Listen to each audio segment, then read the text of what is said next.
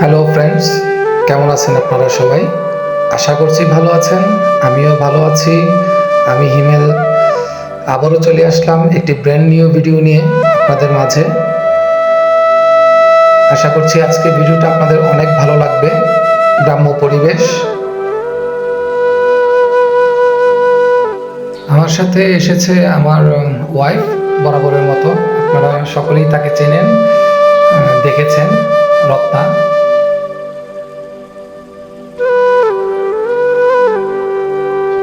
আজকে যে জায়গাটিতে এসেছি আমরা, সেখানকার পরিবেশ এতই সুন্দর, আপনাদেরকে বলে বোঝাতে পারবো না।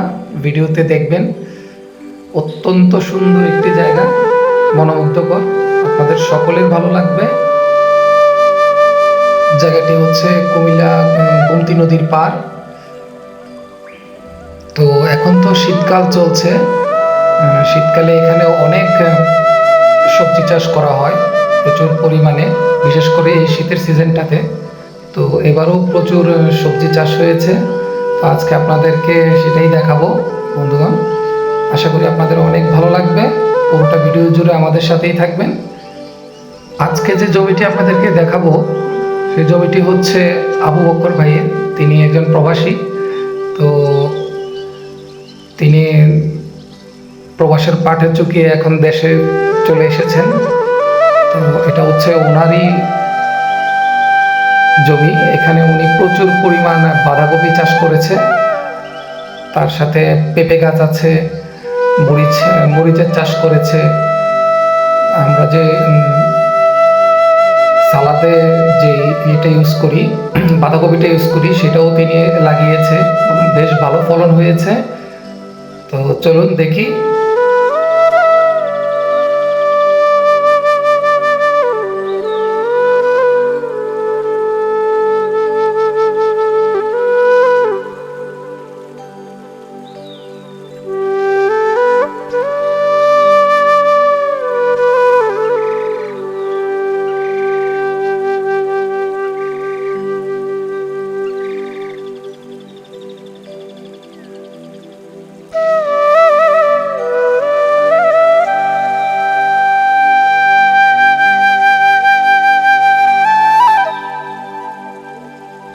তো আপনারা দেখতে পাচ্ছেন খুবই সুন্দর বাঁধাকপির একটি ক্ষেত।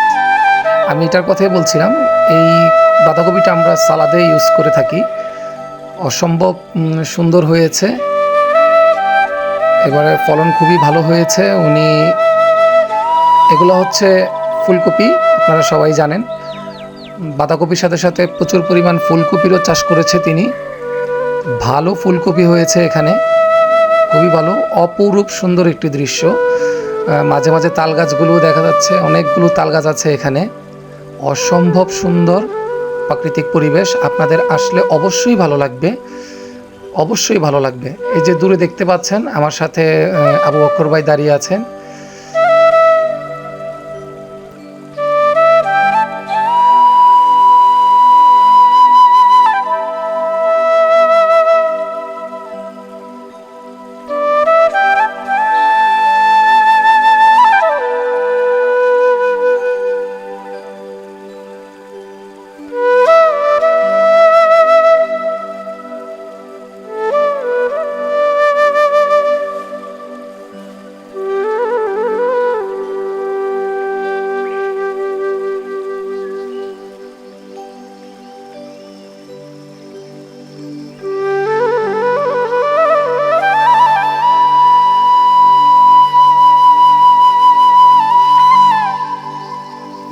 তো দর্শকবৃন্দ, আপনারা দেখতে পাচ্ছেন যে যতদূর চোখ যাচ্ছে শুধু বাঁধাকপি আর ফুলকপির ক্ষেত। এখানে চোখ জুড়িয়ে যাওয়ার মতো, দেখার মতো। আপনাদের অবশ্যই ভালো লাগবে এখানে আসলে।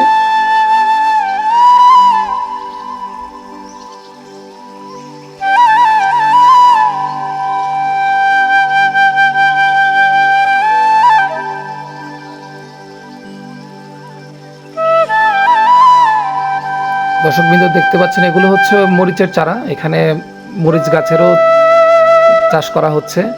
লাউ গাছ আছে, তাছাড়া এখানে কুমড়ো গাছও আছে, কলা গাছ আছে, অসম্ভব কলা গাছ। এখানে প্রচুর কলাও ধরে আছে গাছে। তাছাড়া আপনার পেঁপে গাছও আছে। পেঁপে গাছে অসংখ্য পেঁপে ধরেছে, ছোট ছোট পেঁপে গাছগুলো, কিন্তু প্রচুর পরিমাণে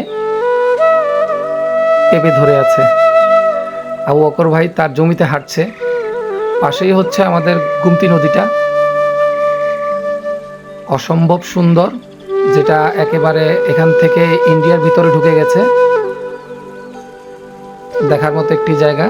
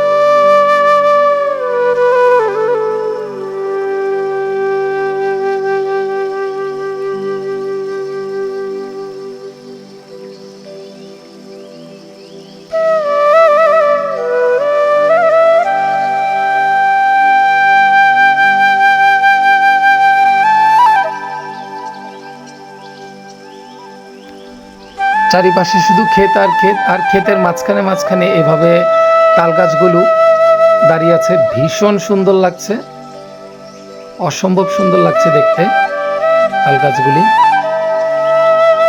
এই যে আপনারা দেখতে পাচ্ছেন চারিপাশেই আপনার ফুলকপি এবং বাঁধাকপি চাষ করেছে।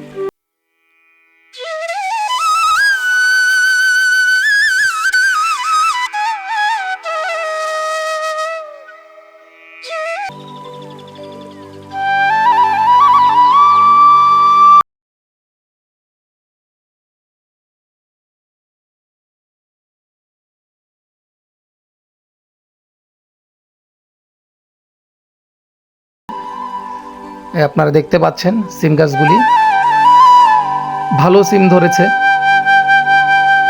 খুবই সুন্দর। মানে আপনারা কাছ থেকে এসে দেখলে একেবারে মুগ্ধ হয়ে যাবেন। আপনাদেরকে বলে বোঝাতে পারবো না কতটা সুন্দর এই জায়গাটা, আপনারা আসলে দেখলে বুঝবেন। প্রচুর পরিমাণে সিম ধরেছে, তাছাড়া এখানে লাউ গাছও আছে, ধুন্দুল গাছ আছে, কুমড়া গাছও আছে, তারপর ধনিয়া পাতা গাছও আছে, এখানে মূলা, প্রচুর পরিমাণে মূলা গাছও লাগিয়েছে।